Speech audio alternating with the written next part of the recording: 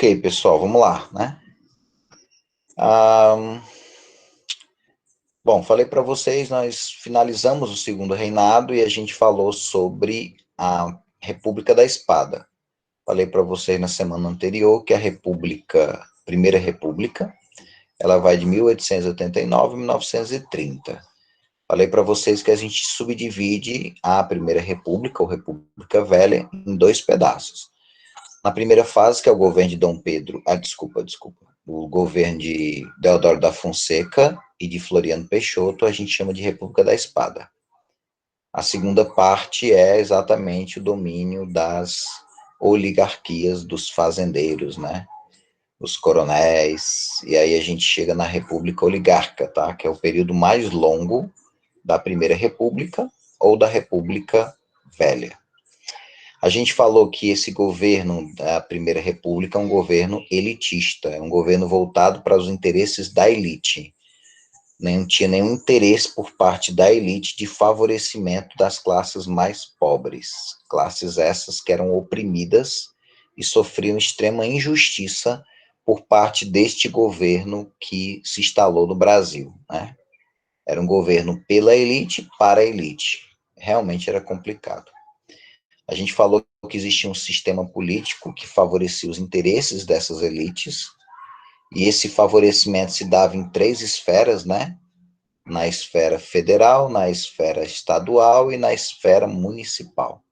A gente viu que na esfera federal existia um pacto das oligarquias de São Paulo e Minas Gerais com as demais oligarquias para que somente esses dois estados escolhessem o presidente da República, né? E aí que ficou conhecido tradicionalmente como política do café com leite. A gente falou que existia uma espécie de alternância no poder na época, né? Entre esses dois estados. Isso a nível federal. A nível estadual, a gente falou de uma outra política, que foi a chamada política dos governadores, que se referia à escolha principalmente dos deputados que compunham o Congresso Nacional, né? Era exatamente o interesse do governo federal de ter um Congresso que fosse favorável à vontade do presidente, ou indicado por São Paulo, ou indicado por Minas Gerais. A gente falou que, claro, que em todas essas políticas existia aquele esqueminha de troca, né? Uma mão lava a outra. Os governadores entravam para trabalhar no processo de que as eleições fossem garantidas a vitória dos candidatos favoráveis ao governo e havia liberação de verba, apoio político, que acabava sustentando essa política estadual. E, por fim, a gente falou sobre a esfera municipal. Aí a gente chega no coronelismo, que a gente falou que se tratava do domínio dos fazendeiros no âmbito político, tá?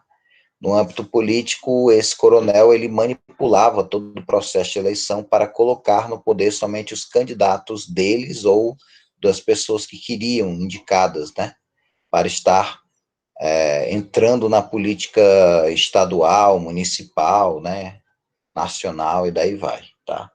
E muitas vezes ele utilizava meios violentos para isso, ou até mesmo meios ilegais para se conseguir, então, a vitória dos candidatos. E aí a gente chega no chamado voto de...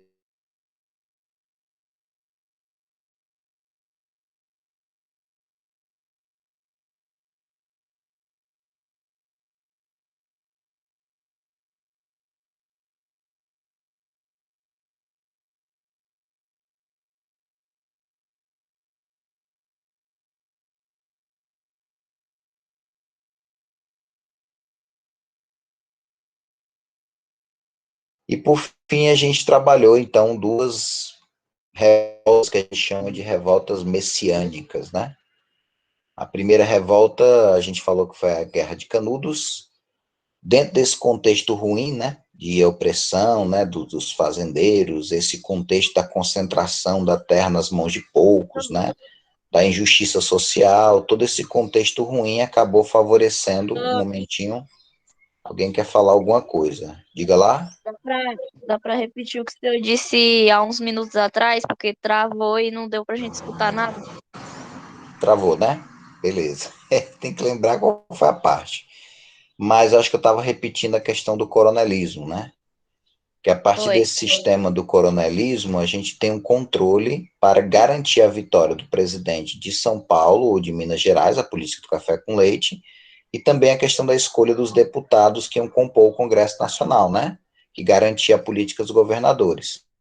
Sem o apoio dos coronéis, isso não era possível. Então, o coronelismo era extremamente importante nesse sisteminha político que a gente trabalhou na semana passada. Beleza? Tranquilo. E aí a gente chegou na Guerra de Canudos, que foi exatamente essa revolta popular, né? Que acaba entrando a figura da religião. A religião, na verdade, ela na época, ela entrava muito como uma forma de você tentar enfrentar o pobre, principalmente, enfrentar toda essa opressão, essa injustiça, esse mundo tão elitista, né? Que eles estavam vivendo.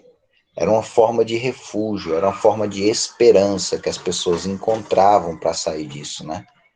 Então, nesse momento de desespero, né, as pessoas ficavam mais suscetíveis,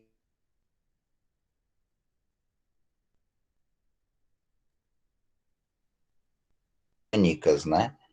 E a gente viu que o Antônio Conselheiro ele foi interpretado como um homem santo enviado de Deus, uma espécie de Messias, e as pessoas começam a rodeá-lo, né? E a partir daí você tem o nascimento da comunidade de Canudos, né, do Belo Monte, né, e que no final das contas a gente viu que ele acabava se opondo um pouco em relação à República. Isso acabou gerando inimizade com o governo, fora outros fatores que a gente falou na aula passada, que no final acabou levando o governo a atacar a comunidade de Canudos. Aí a gente viu que foi necessário 4 expedições e que a comunidade foi arrasada, né? E, na verdade, o interesse do governo era exatamente calar todos aqueles que quisessem fazer algo semelhante, né? Contra esse governo elitista da época, né? Daí você vê a situação ruim que a gente viu. Canudos, ele entra como um exemplo de um movimento popular. Podemos dizer que, por um lado, mal sucedido, né? Porque o que eles queriam, eles não conseguiram, apenas temporariamente, né? Mas eles foram impedidos pelo interesse dos poderosos que estavam no poder. A gente viu que outro movimento messiânico da época foi o Contestado.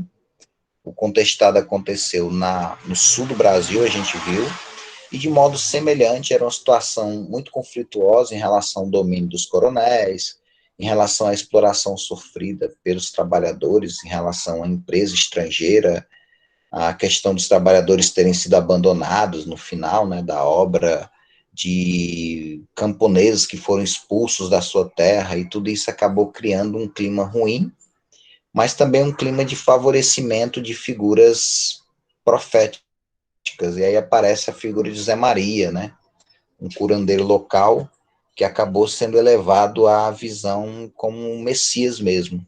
E semelhante ao Antônio Conselheiro, ele formou uma comunidade que seria o Quadrado Santo, mas também conhecido como Monarquia Celeste. E aí ele tentou criar uma comunidade meio que semelhante ao que aconteceu em Canudos, mas o governo já estava com experiência, né? E em pouco tempo já foi logo atacando a comunidade. Diferente de Canudos, né, que foi preciso 4 expedições para o líder finalmente ser morto, né? E o movimento ir minguando. No caso da morte do líder, ele aconteceu logo na primeira expedição. E ainda assim, o cara, ainda morto, ainda deu trabalho, né? Que eu digo, porque depois que ele morreu, a população não queria acreditar nisso, e aí surgiu algo dizendo que ele iria voltar, né? Ia voltar do reino dos céus, ia fazer algo maravilhoso. E aí o pessoal começou a ficar reunido em torno dessa esperança, e o resultado disso foi que o governo teve trabalho, por isso que foram 4 anos aí para o governo conseguir reprimir totalmente esse movimento, né? porque depois daí isso foi fundando novas comunidades, então o governo teve que fazer vários ataques, né? A coisa acabou não dando certo. No final só teve uma coisa positiva, né? O local, a região que estava sendo disputada entre Paraná e Santa Catarina, depois foi feita a definição e cada um recebeu a sua parte, foi definida as fronteiras entre os dois estados, né? Então teve esse aspecto positivo. E com isso, a gente termina a nossa revisão, né, da semana passada. E a gente pode agora começar a parte nova, né? E para a parte nova, a gente vai falar sobre o cangaço, né? Quando a gente fala do cangaço, a gente já lembra logo dos cangaceiros, né? E uma das figuras de grande destaque que a gente tem é a figura do Virgulino da Silva, né? Ou mais conhecido como Lampião. A gente tem várias interpretações que as pessoas fazem dos cangaceiros. Há muitas pessoas interpretam eles como sendo heróis, como sendo justiceiros, né? Alguns até fazem comparação entre os cangaceiros e Robin Hood, né? Aquela figura aí medieval de um homem que era movido pela questão de você tirar dos ricos e compartilhar com os pobres, né? Uma figura bem solidária. E muita gente associava isso. Outras pessoas admiravam os cangaceiros por causa da coragem deles, da ousadia deles, né? Isso chamava muita atenção. Mas a verdade é que os cangaceiros, eles eram bandidos, né? Eles podiam até fazer atos, né, de solidariedade para alguém, mas no geral os caras estavam ali para atender seus próprios interesses e cometiam uma série de crimes, muitos crimes mesmo. E muitos deles eram extremamente cruéis, né? Era muito comum os cangaceiros, quando invadiam um determinado local, pessoas eram mortas, torturadas, mulheres eram estupradas, né? Todo tipo de atrocidade eram feitos por eles, né? Roubavam, saqueavam, tal, tal, tal. Então, a coisa não era muito positiva para eles, não. Eu digo isso porque, às vezes, assim, você tem essa imagem, você às vezes olha assim, por exemplo, claro que só o fato dos bandeirantes estarem, de alguma forma, atacando os fazendeiros, talvez alguém olhasse e falasse, legal, eles estão lutando contra alguém que eu odeio, porque está me explorando, beleza. Mas também esses cangaceiros tinham muita aliança com esses fazendeiros, muitos deles se tornavam informantes deles. Então, não era sempre que a relação era conflituosa, não. Então, às vezes, entrava um sistema de aliança, e isso mostra que a gente não pode ver esse movimento contra necessariamente. Muita gente quando é contra a questão agrária, contra essa situação de má divisão de terra e tal, então eles não estavam nesse naipe não, tá? Quando a gente fala da figura, por exemplo, dos cangaceiros, a gente lembra muito do Lampião, até pelo tempo que ele ficou no cangaço. Ele praticamente ficou quase 20 anos no cangaço. E que é um tempo muito longo, principalmente porque é uma vida bandida. O governo perseguiu muito os cangaceiros, né? Inclusive o governo, os policiais eram treinados para exatamente atacar o bando de cangaceiros, né? Na verdade, eram chamados volantes, né? Então eles se embrenhavam, então os cangaceiros vinham sendo caçados, né? Tanto que eles não podiam se fixar num local, eles tinham uma vida nômade, tinham que estar constantemente procurando esconder seus rastros e tudo. Então era uma vida difícil. A possibilidade de você ter uma vida longa era mínima na época, né? Porque era uma vida bandida, né? E o Lampião ele ficou muito conhecido por isso, também ficou conhecido porque ele gostava muito de aparecer e ele, inclusive, atendeu o pedido de um cineasta que queria filmar o bando dele, né? Inclusive, se você olhar no YouTube, tem vários desses vídeos desse cineasta que está até aqui, aparecendo a imagem dele, ó. Ele tem um vídeo original mesmo da época, filmado do bando, né? Se você quiser a oportunidade de acompanhar, bota lá vídeo Lampião, né? Você vai acabar encontrando aí o filme Lampião, mas tem que tomar cuidado porque tem filme sobre Lampião, né? E você vai acabar encontrando aí esse vídeo deles, né? Então, Lampião gostava. Outra curiosidade é que a gente tem a figura da Maria Bonita, né? Um ponto muito curioso é que a Maria Bonita, foi uma novidade dentro do cangaço, porque não era muito comum os cangaceiros trazerem mulheres para o bando, né? Na verdade, era muito comum o seguinte: eles chegavam numa cidade, gostavam de duas mulheres e pegavam aquelas mulheres e ficava com elas, e aquelas mulheres ficavam separadas para o cangaceiro. Mas as mulheres continuavam vivendo na cidade delas, na família delas, entendeu? Não tinha esse hábito, não. A Maria Bonita que foi a primeira, podemos dizer assim, porque ela, e outra coisa, ela não foi obrigada, né? Ela quis entrar. Ela admirava muito o Lampião. Então, ela inclusive deixou o marido dela para viver com o Lampião, né? E diferente do que algumas pessoas pensam, elas não eram mulheres guerreiras, elas não estavam em batalha lutando. Elas geralmente, quando acontecia uma batalha, elas ficavam separadas, porque na verdade elas somente acompanhavam mesmo os cangaceiros. Só que outras mulheres, às vezes, que entravam, elas não iam como a Maria Bonita querendo ir, não. Geralmente elas eram raptadas, né, para poder entrar no grupo. Aconteceu com muitas que acabaram entrando aí no grupo do Lampião. Quando a gente fala de grupo, é porque o grupo é bem vasto, porque você tem várias pessoas e vários grupos e vários líderes, né? Mas o Lampião, sem dúvida nenhuma, é um dos mais respeitados, né? A gente vai mostrar para vocês uma imagem mostrando a zona de onde os cangaceiros atuaram e a gente consegue perceber que quase todos os estados do Nordeste foram exatamente palco da ação desses cangaceiros, né?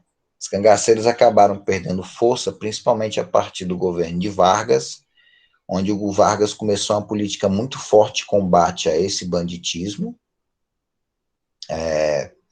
inclusive até concedendo perdão para aqueles cangaceiros que quisessem sair, né? Então muitos grupos foram desfeitos.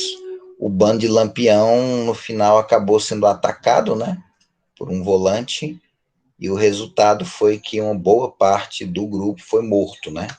Alguns sobreviveram, né? Mas aqui nós temos inclusive uma imagem representando exatamente logo após, né, o ataque, eles tinham o hábito de cortar a cabeça e exibir como troféu, né?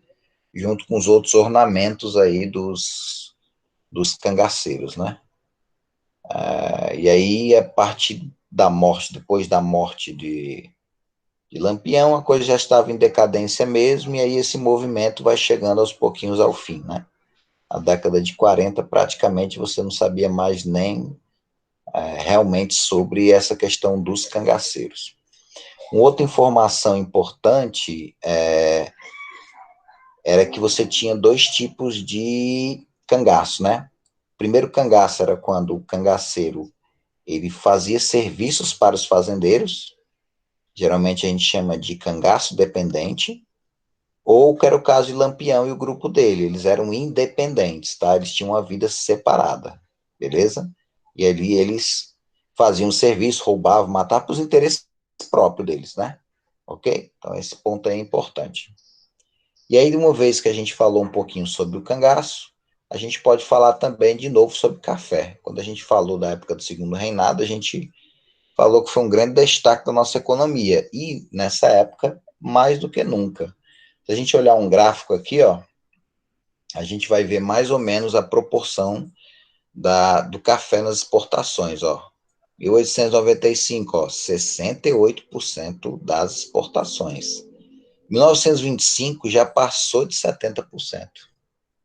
Daí você vê que a gente tinha uma dependência muito grande do café. O que a gente viu que vai ser negativo, porque quando o produto baixa o preço no mercado mundial, a gente se dá mal, nossa dependência é muito grande em um produto só. A gente tem que investir em uma multiplicidade de produtos, né? Mas infelizmente não foi o que o Brasil fez. Qual foi o resultado? A gente teve uma crise de superprodução. O Brasil produziu tanto café, pessoal, que sobrou 11 milhões de sacas de café de 60 quilos.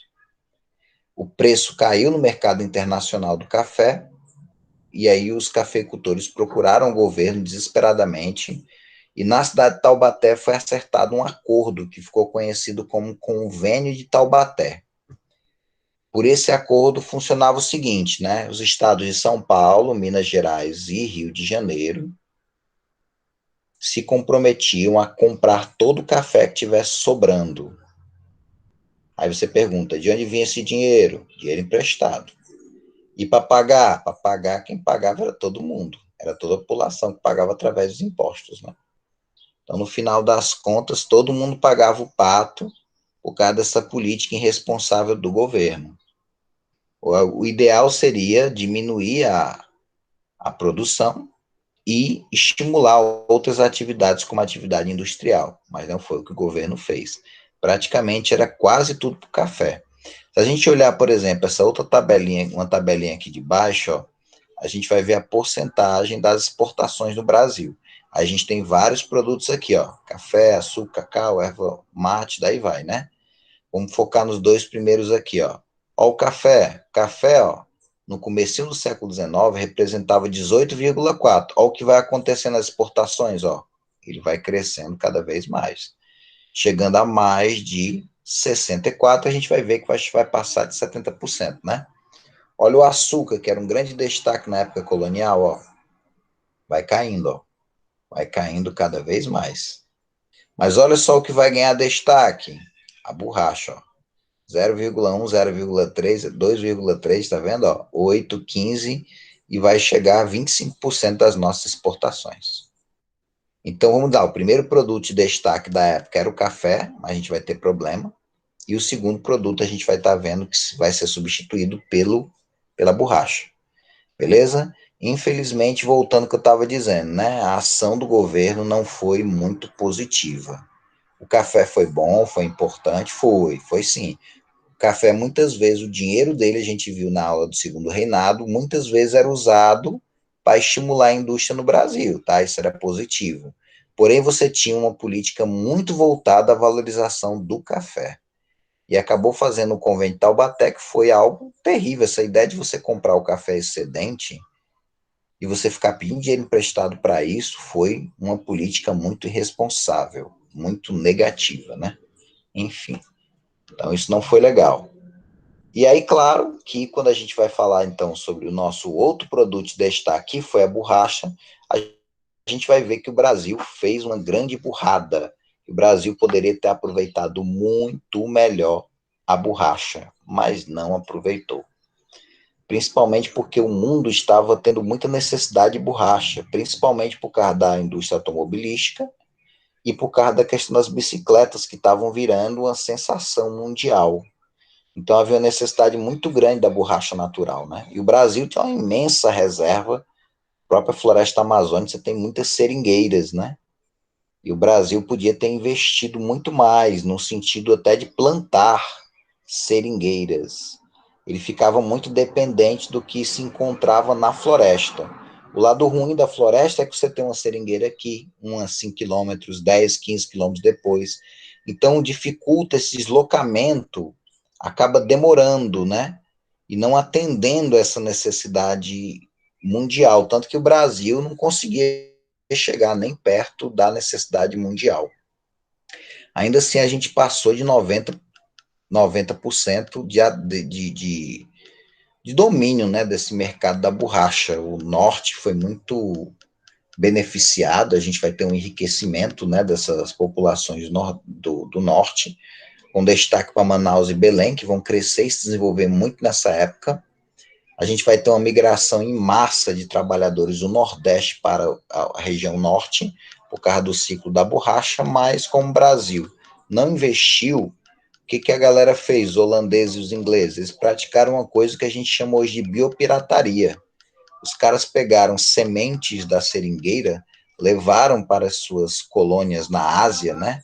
Plantaram lá e começaram a produzir borracha. Qual foi o resultado? 15 anos depois, os caras já estavam dominando 70% do mercado da borracha. E o Brasil ficou para trás. O Brasil podia ter aproveitado. A gente até teve um crescimento legal da borracha na época da Segunda Guerra Mundial, mas fora isso, o Brasil foi ficando de lado nesse mercado. Depois vai ter a decadência por causa da borracha sintética, né? Que é o que predomina em nossos dias hoje, né? Então, mas ele podia ter aproveitado, né, cara? Quer dizer, algo fantástico para o Brasil, na sua grande inteligência econômica, né? Tão focado na questão do café, acabou esquecendo o enorme potencial da borracha, né? Aqui nós temos exatamente o processo da seringueira, geralmente é cortada, feita que a gente chama de talha, né? E normalmente eles colocam um recipientezinho que vai pingando a seiva, né? A questão do látex, que passa por um processo de cozimento, né? Aí surge o que a gente chama de bola de borracha, né? E aí essa bola ela é vendida, quando chega na Europa, passa por um processo de vulcanização. Aí sim ela pode ser utilizada. Para quem não sabe o processo de vulcanização, eles vão inserir enxofre na borracha, o que vai tornar ela imune ou quase imune à influência das temperaturas, porque sem o processo de vulcanização, a borracha tem um probleminha. Quando está quente demais, ela fica meio que mole demais. Quando está frio demais, ela fica tão dura que chega a ser quebradiça, né? Então, para evitar isso aí, acontece o processo de vulcanização, certo? Mas, de novo, o Brasil, infelizmente, poderia ter investido nisso, poderia ter dado certo, e o nosso maravilhoso Brasil, né, acabou fazendo a grande besteira, né, de não valorizar. E aí agora a gente vai conhecer as duas revoltas que ocorreram durante esse período que a gente chama de revoltas populares. Nós já trabalhamos as revoltas messiânicas, e agora a gente vai trabalhar as duas revoltas populares, né? A primeira revolta foi a revolta da vacina, e a segunda foi a revolta da chibata. A gente vai já falar sobre ela. Revolta da vacina. Bom, a gente está falando de vacina, a gente está na época agora da pandemia, né? Há um desejo muito grande por parte do governo e dos governos mundiais de que a vacina ela se popularize e que a gente tenha uma vacinação em massa da população, até porque a gente está sofrendo muitas consequências negativas para a economia por causa da pandemia, né? E hoje a gente tem um desejo muito grande das pessoas se vacinarem. Claro que a gente tem grupos de pessoas que ainda acreditam que a vacinação não é uma coisa boa, é uma coisa negativa, né? Mas, de forma geral, a vacina é vista de forma positiva. Essa revolta ela aconteceu por causa da vacina. Podemos dizer que tem a ver com a vacina, mas é só um dos motivos. O Rio de Janeiro, que era na época a nossa capital, você sabe que a capital de um país, cara, tem que ser o exemplo, né? Você vai para Brasília, você parece estar tá indo para outro canto, né? Porque é extremamente organizado, extremamente limpo. Tem que ser, né? É como se fosse a nossa sala, né? A sala que a gente recebe a visita. Geralmente é a única parte da casa da gente arrumada. O resto é assustador. Só que no Rio de Janeiro, que era a nossa capital, era deplorável o estado da cidade. Extremamente. Cara, você chegava lá e dizia: o que é isso? Né? Cidade, praticamente as casas amontoadas, ruas estreitas, mal projetadas. Praticamente você não tinha coleta de lixo, o sistema de esgoto praticamente não tinha, né?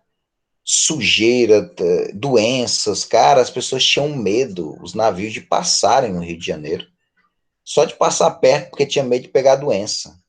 Aí tu vê o nível, né, da coisa. As pessoas preferiam ir para outros portos do que passar no Rio de Janeiro. Então, realmente, a situação era muito ruim. As casas antigas, né? Geralmente tinha casa de 200, 300 anos, caindo aos pedaços. Era um negócio deplorável. A cidade, você tinha rato para todo lado. Se você não tivesse visto pelo menos uns 10 ratos, na primeira hora que você está no Rio de Janeiro, mas tu não está no Rio de Janeiro. Era um negócio horrível. Tem umas imagens aqui que eu posso mostrar para vocês, ilustrativa, né? A gente vê o estado das casas, né? Deploráveis mesmo. E essas casas, cara, a população mais pobre enchia essas casas, porque eram casas velhas, o aluguel era barato, as pessoas, cara, na época, se você fosse alugar uma casa mais novinha, você gastava mais de 70% do teu salário só com aluguel. Então a galera preferia pegar essas casas mais antigas para poder viver, né? Para conseguir viver. E aí o que aconteceu foi o seguinte, foi que o governo decidiu que iria reformar a capital. Não a capital toda, pelo menos a parte central, né? A gente hoje pode dizer que é o centro do Rio de Janeiro, né? Aí o governo do Rodrigues Alves, que era o presidente, se juntou ao Pereira Passos, prefeito, e eles decidiram, então, começar esse processo. O problema foi exatamente o desrespeito que eles tiveram com a população, com a população mais pobre. Porque hoje, por exemplo, quando o governo ele vai fazer alguma obra, que tem pessoas vivendo naquele local, o governo indeniza as pessoas, ou constrói conjuntos habitacionais para encaminhar essas pessoas, né? A coisa não é feita sem considerar as pessoas que estão ali. Então, o governo, muitas vezes, para poder limpar o Rio de Janeiro, o centro do Rio, eles simplesmente chegaram botando para lascar mesmo, iam com a força policial, expulsavam as pessoas da casa dela e demoliam a casa. Né? Foram praticamente aí, se a gente for considerar, a gente teve mais de 1.000 habitações, né, se a gente for considerar de forma bem geral, né, que, que foram destruídas, né, milhares de pessoas aí sem teto, quer dizer, a situação foi difícil, muita gente, então, teve que procurar pelos morros ao redor da cidade e surgindo o que a gente pode chamar, durante muito tempo, as chamadas favelas cariocas, né, e aí o resultado, sem dúvida nenhuma, foi deplorável. O povo criou um ojeriza do governo, porque a forma como o governo tratava o povo, sem diálogo, sem respeito aos direitos de nada, entendeu? É uma situação ruim. Então, por isso que eu estou dizendo que essa revolta, ela não vai surgir por causa da vacina, é também por ela, mas também por essa atitude truculenta do governo, né? Para resolver a questão da saúde, porque estava muito sério, tinha três doenças que eram um problema, né? A gente teve, até botei mais, mas vou destacar três, né? A peste bubônica, a famosa peste negra, né? Transmitida principalmente pela pulga do rato, que foi medonho na época da Idade Média, né? A febre amarela e a varíola. Tem as outras aí, mas essas são as três principais, né? A peste bubônica, então, o governo decidiu que iria fazer um programa de saúde, e aí chamou um médico que tinha estudado na Europa, que é o Oswaldo Cruz, e aí o Oswaldo Cruz, então, decidiu que iria promover uma melhora, né? Bom, com relação à questão do lixo, vai começar a ser feito um trabalho de coleta de lixo, que foi positivo. Com relação aos ratos, era tanto rato que era preciso a ajuda da população. O que o governo fez? Começou a comprar ratos. A população, então, matava esses ratos, levava para um determinados locais e recebia um valor financeiro por cada rato morto. A galera gostou dessa ideia. E aí surgiu, inclusive, o criador de rato, né? A galera começar a fazer criação em casa de rato para poder vender, né? Aí você vê que a galera sempre encontra um jeito de sobreviver, né? Para combater o mosquito é que não foi legal, tá? Geralmente, o que acontece hoje? O agente de saúde vai na casa da gente, pede licença para a gente, às vezes marca um horário, marca um dia, vai lá, dá uma olhada na questão dos recipientes, daí vai, tá? Faz todo aquele trabalho, mas respeitando os moradores. Na época, eles não faziam isso. O agente de saúde ia com a força policial, invadia a casa da pessoa e olhava se tinha os recipientes, alguma coisa assim, né, para a questão do mosquito, né? Quer dizer, truculento de novo, né? A população ficou com mais raiva do governo. E aí o governo, na verdade, chegou no ápice quando foi aprovado no Congresso a lei da vacina, obrigando as pessoas a se vacinarem para a varíola. Já tinha matado mais de 3.000 pessoas, né, nas cidades no ano anterior. E aí a população se revoltou, porque tinha gente, inclusive, que não acreditava que a vacina fosse ajudar. Porque também a galera já estava meio traumatizada, porque antes de surgir a vacina, a galera praticava um negócio chamado varolização. E esse negócio aí, essa experiência que o governo fez, matou muita gente. Então a galera estava com medo de novamente essa outra experiência do governo matar as pessoas, né? E aí a galera se revoltou e a galera foi para a rua. Aí a gente chega na revolta da vacina. Estou mostrando esse charge aqui, que já caiu em questão de vestibular, né? Aí a figura do Oswaldo Cruz é a população tendo em mãos aí, utilizando para atacar os agentes de saúde, né? Nós temos uma imagem da época, né? Da revolta, a galera chegou a virar bonde e tal, foi uma loucura, pau, pedra, toda coisa possível, né? Qual foi o resultado? Positivo. O governo recuou e cancelou a lei da vacina.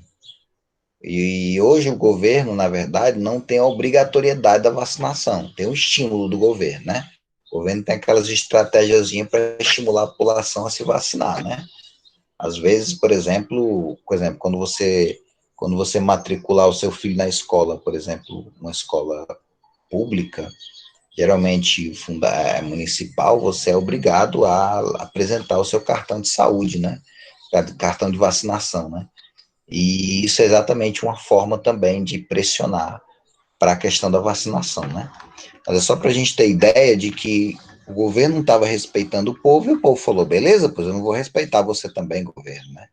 E aí a coisa aconteceu e foi positivo, pelo menos, né? O povo, vamos dizer assim, que acabou vencendo aí. A gente tem uma imagem mostrando mais ou menos a questão, como ficou a obra. Eu não tenho muitas imagens, mas o centro do Rio de Janeiro ficou maravilhoso. Até hoje é muito bonito. Tem prédios antigos, mas extremamente bem conservados, que inclusive dessa época, né? Da reforma do Pereira Passos, né? Alves, né? Acho que para mim o problema do centro do Rio de Janeiro, e eu trabalhei durante quase 10 anos no centro do Rio, foi a questão mesmo do sistema de escoamento de água, que é péssimo. Acho que não é só lá não, aqui também, mas lá é pavoroso. Você vivenciar temporal lá no centro do Rio é uma experiência extremamente traumática, né? Eu não vou contar para vocês, porque o nosso tempo não permite, né? Mas a minha experiência com os temporais de lá foi bem marcante para minha vida, né? Foi único. Mas não vou entrar muito em detalhes pela questão do tempo. Vamos para frente. E aí a gente chega na revolta da Chibata, né? A revolta da Chibata aconteceu na Marinha. Na verdade, são uma manifestação dos marinheiros pela situação que eles estavam vivenciando dentro da Marinha. Geralmente, os cargos mais baixos, as patentes mais baixas, né, da Marinha, eram de pessoas mais pobres e pessoas negras, né? Então, normalmente, eles sofriam preconceito. Os oficiais brancos e, né, uma situação financeira melhor. Eles sofriam muitas humilhações.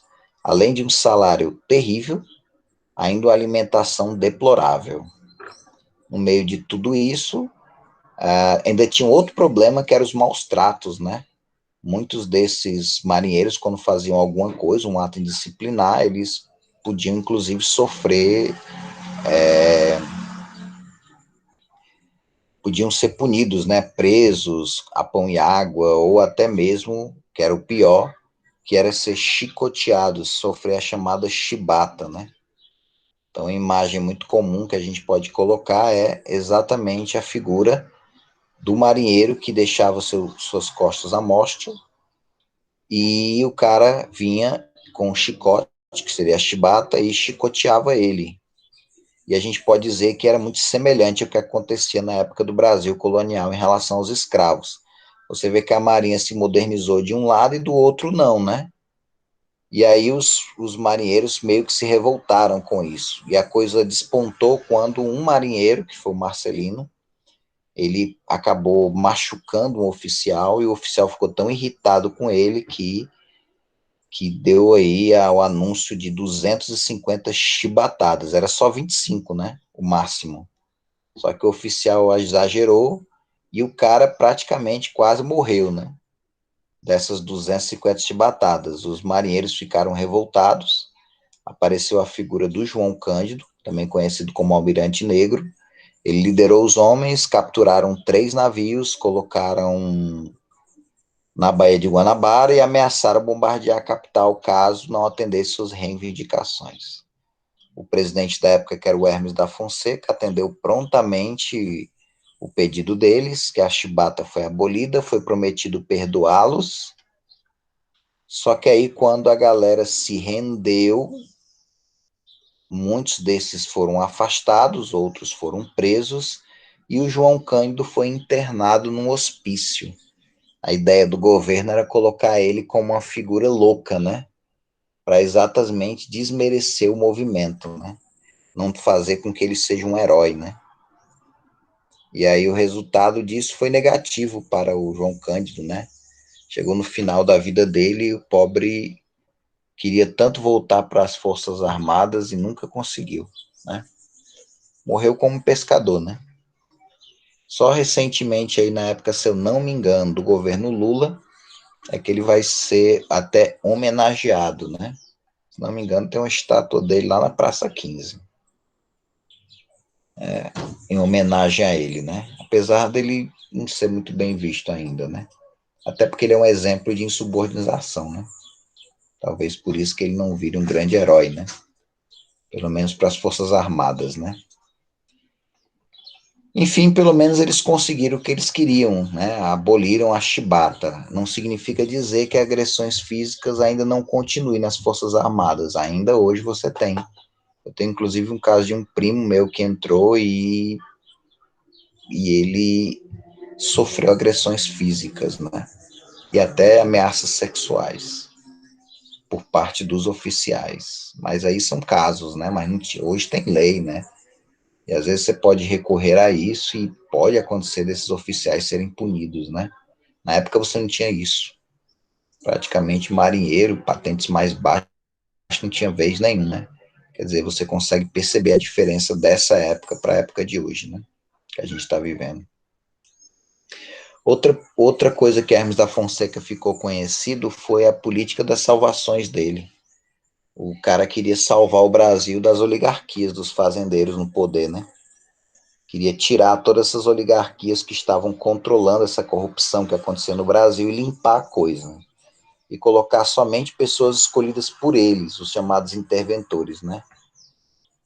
Só que, só que tinha um detalhe, o cara tirava as oligarquias que estavam no poder e colocava as oligarquias aliadas dele, que também eram corruptas. Então você estava trocando um corrupto pelo outro, né?